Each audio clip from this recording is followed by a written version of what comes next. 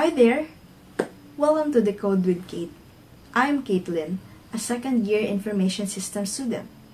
And today, I'm going to teach you about depth first search or DFS.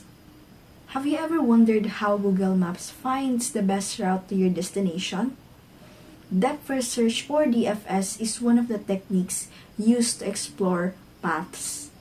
It works by going as far as it can along one route before backtracking to try other options. This helps in exploring different paths to find the right one efficiently. Let us start and explore how it works. So, what is DFS? Depth first search is an algorithm used to search through graphs or trees. As the name suggests, depth first search explores graphs or trees by going as deep as possible along one path before backtracking and exploring other paths. DFS prioritizes depth because it explores deeper nodes first. Just think of it as searching vertically before moving horizontally. Now, to help us keep track of where we have been and where to go next, we use a stack. Nodes that we have already visited will be marked black, while nodes that we still need to visit will be marked gray.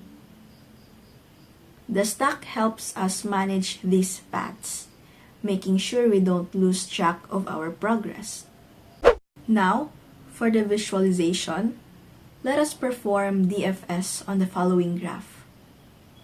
DFS can be done in two ways, using recursion or using a stack. Let us start.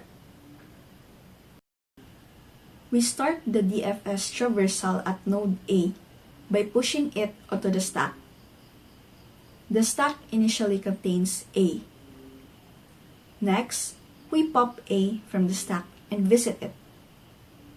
Since A has two adjacent nodes, B and G, we add them to the stack in reverse order to make sure B is processed first.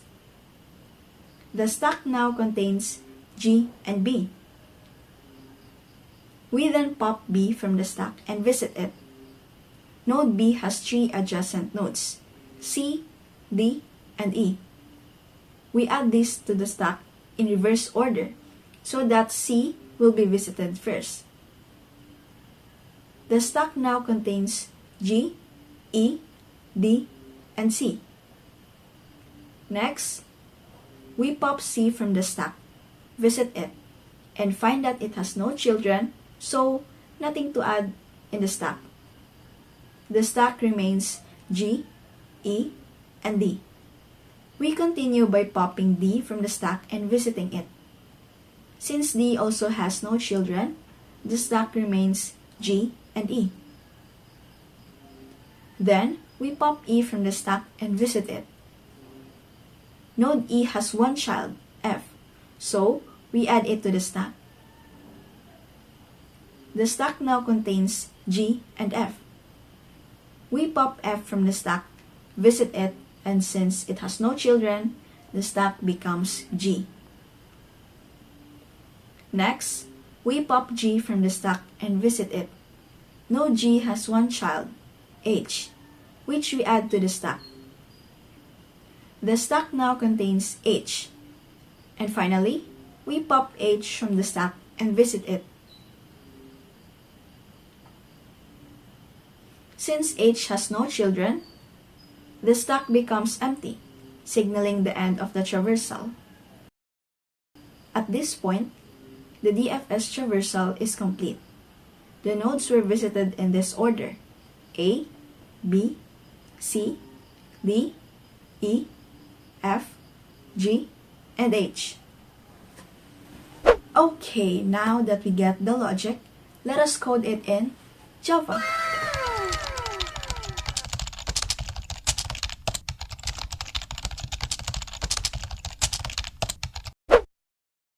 Here's the code for depth first search.